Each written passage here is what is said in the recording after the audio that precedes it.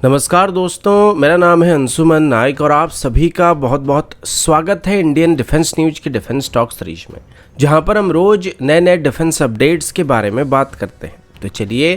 देर न करते हुए आज की वीडियो शुरू करते हैं।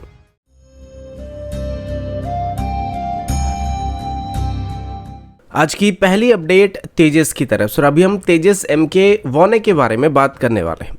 क्योंकि अभी ऑफिशियली 83 तेजस MK-1A के लिए ऑर्डर को प्लेस किया जा चुका है और 2023 से इनकी मैन्युफैक्चरिंग प्रोसेस शुरू किया जाने वाला है, जिनको मैक्सिमम 2024 की मार्च तक इंडियन एयरफोर्स को डिलीवर करना शुरू कर दिया जाएगा। इनिशियली प्लान किया गया था कि तेजस MK-1A को जब इंडियन एयरफोर्स को डिलीवर किया जाएगा तो तब इसमें इसकी जो प्राइमरी वेपन सिस्टम थे, जैसे कि अस्त्र मिसाइल हो जाए, पाइथन 5 जैसे मिसाइल हो जाए, या फिर इसकी बाकी सभी वेपन सिस्टम हो जाए, इन सभी को पहले से ही तेजस MK-1A में इंटीग्रेट करके इसको इंडियन एयरफोर्स को ऑफर किया जाएगा, ताकि डिलीवर करने के बाद इंडियन एयरफोर्स चाहे तो तुरंत इनको इस्तेमाल कर पाएगा और सभी वेपन्स को तेजस MK-1A में इस्तेमाल किया जा सकेगा। अब इनिशियली हमें जिन तेजस MK-1 को डिलीवर किया गया था उसमें सभी वेपन सिस्टम पहले से इंटीग्रेट नहीं किए गए थे और अभी भी इसमें अस्त्र मिसाइल को इंटीग्रेट करने के लिए टेस्टिंग को किया जा रहा है। उम्मीद है कि 2023 के अंदर इसमें अस्त्र मिसाइल और अस्त्रा मिसाइल को इंटीग्रेट करने के लिए क्लियरेंस मिल जाएगी और जहां तक उम्मीद किया जा रहा है कि इसी साल जून और जुलाई तक अस्त्र मिसाइल को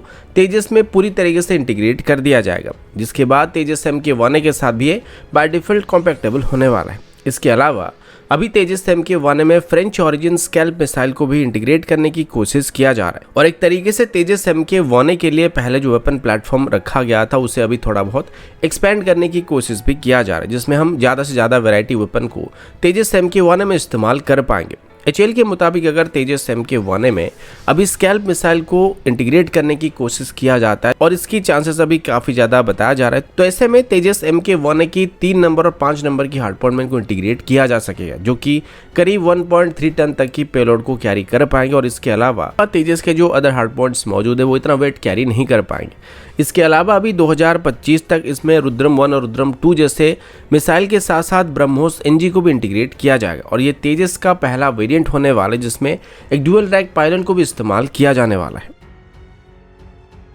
अगला अपडेट सुपर सुखोई को लेके। आप सभी को पहले से ये बात पता होगा कि भारत की तरफ सभी सुखोई को सुपर सुखोई स्टैंडर्ड में अपग्रेड करने की कोशिश किया जा रहा है, जिसमें HAL की तरफ से लोकली डेवलप किए गए वेनिक्स और रडार से सुखोई को अपग्रेड करने का प्रस्ताव दिया गया था, जिसे इंडियन एयरफोर्स की तरफ से अप्रूवल दिया जा चुका है। इसमें सबसे पहले तो सुखोई की रडार को चेंज करने का फैसला किया गया था, जिसका नाम N011 रडार है और ये एक PSR रडार, और इस वजह से मॉडर्न डे वॉरफेयर कंडीशन में इसकी जैमिंग रेजिस्टेंस इतना अच्छा नहीं होता है, तो अभी इसे एक AESA रडार से रिप्लेस करने का प्लान किया गया था। वर्तमान HAL की तरफ से दिए गए डाटा के मुताबिक HAL की तरफ से अभी हमारी उत्तम AESA रडार की एक स्केल्ड अप वर्जन को सुखोई के लिए बनाने का प्लान किया जा रहा है। बताया गया कि सुखोई के लिए जिस उत्तम AESA रडार को बनाया जाएगा, ये उत्तम AESA रडार का सबसे बड़ा वेरिएंट होने वाला है और ये भारत की तरफ से अब तक बनाए गए सभी रडार में से सबसे बड़ा रडार होने वाला है। मतलब फाइटर जेट के लिए डेवलप किया गया बनाया गया किसी भी रडार के मुकाबले ये सबसे बड़ा रडार होने वाला है।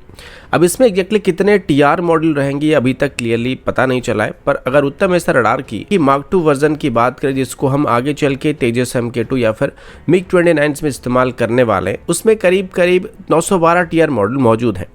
अब वैसे अगर सुखोई की नोज सेक्शन की बात करें तो वर्तमान हमारी उत्तम AESA रडार में जो TR मॉडल मौजूद हैं उनके साइज के हिसाब से हम सुखोई की नोज सेक्शन के लिए अगर एक स्पेसिफिक रडार को डेवलप करने के लिए जाते हैं या बनाने के लिए जाते हैं तो इसमें हम आसानी से 2400 के आसपास TR मॉडल को फिट कर सकते हैं, जो कि हमें बहुत ही बेहतरीन रेंज और ट्रैकिंग कैपेबिलिटी को प्रोवाइड कर सकता है, जो कि चाइना के फ्लैंकर सीरीज के रडार के मुकाबले काफी ज्यादा होने वाला है। और एक रिपोर्ट के मुताबिक चाइनीज फ्लैंकर्स में अभी चाइना की तरफ जिस इंडिजिनस AESA रडार का इस्तेमाल किया जा रहा है उसमें करीब 1760 TR मॉडल मौजूद है।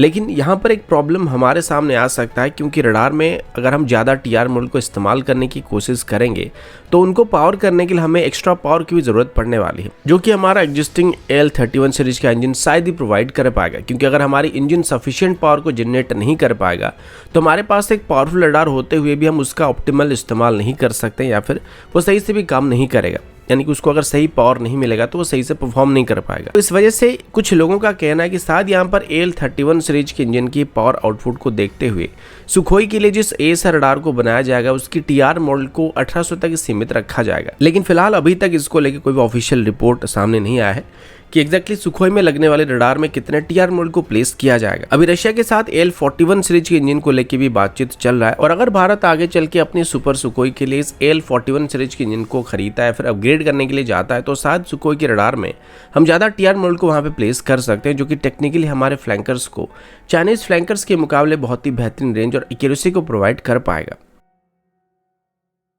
अगला अपडेट एयरक्राफ्ट कैरियर को लेकर, और आप सब जानते हैं कि पिछले कुछ सालों में जब भी हमारी थर्ड एयरक्राफ्ट कैरियर की बात होती है तो इसको लेकर हमारे डिफेंस एक्सपर्ट्स दो तरह के स्टेटमेंट देते हैं। कुछ कहते हैं कि हमें एक तीसरे एयरक्राफ्ट कैरियर को खरीदना चाहिए, जबकि कुछ का कहना होता है कि हमें अभी सबसे पहले कैरियर के बदले सबमरीन को खरीदने की कोशिश करना चाहिए, जिस वजह से आज तक ऑफिशियली ये प्रोजेक्ट शुरू नहीं हो पा रहा है और ऊपर से इसी बीच इसके डिज़ाइन को लेके, इसकी स्पेसिफिकेशन को लेके भी कई चेंजेस किए जा चुके हैं। जिसमें पहले तो इसको एक न्यूक्लियर पावर कैरियर के तौर पर बनाने का प्लान किया गया था, फिर इसको कन्वेंशनली पावर करके 65,000 टन क्लास के कैरियर के तौर पर बनाने का प्लान किया गया था, जिसमें ईमल सिस्टम का इस्तेमाल किया जाने वाला था। लेकिन फिर इसकी डिस्प्लेसमेंट को 5,000 टन से 10,000 टन रिड्यूस करके इसको 55,000 टन से लेके 60,000 टन क्लास के कैरियर के तौर पर बनाने का फैसला किया गया था। और अभी रिसेंटली INS विक्रांत की डिलीवरी के बाद जब कोचिन शिपयार्ड की तरफ से INS विक्रांत क्लास की एक सिस्टर वेसल को बस 4 से 5 साल के अंदर नेवी को डिलीवर करने का ऑफर दिया गया, तो अभी नेवी की तरफ से इसी क्लास की एक और वेसल को एक्वायर करने की कोशिश किया जा रहा है। पर अभी तक जो सबसे बड़ा प्रॉब्लम था वो ये था कि हमारी गवर्नमेंट की तरफ से आज तक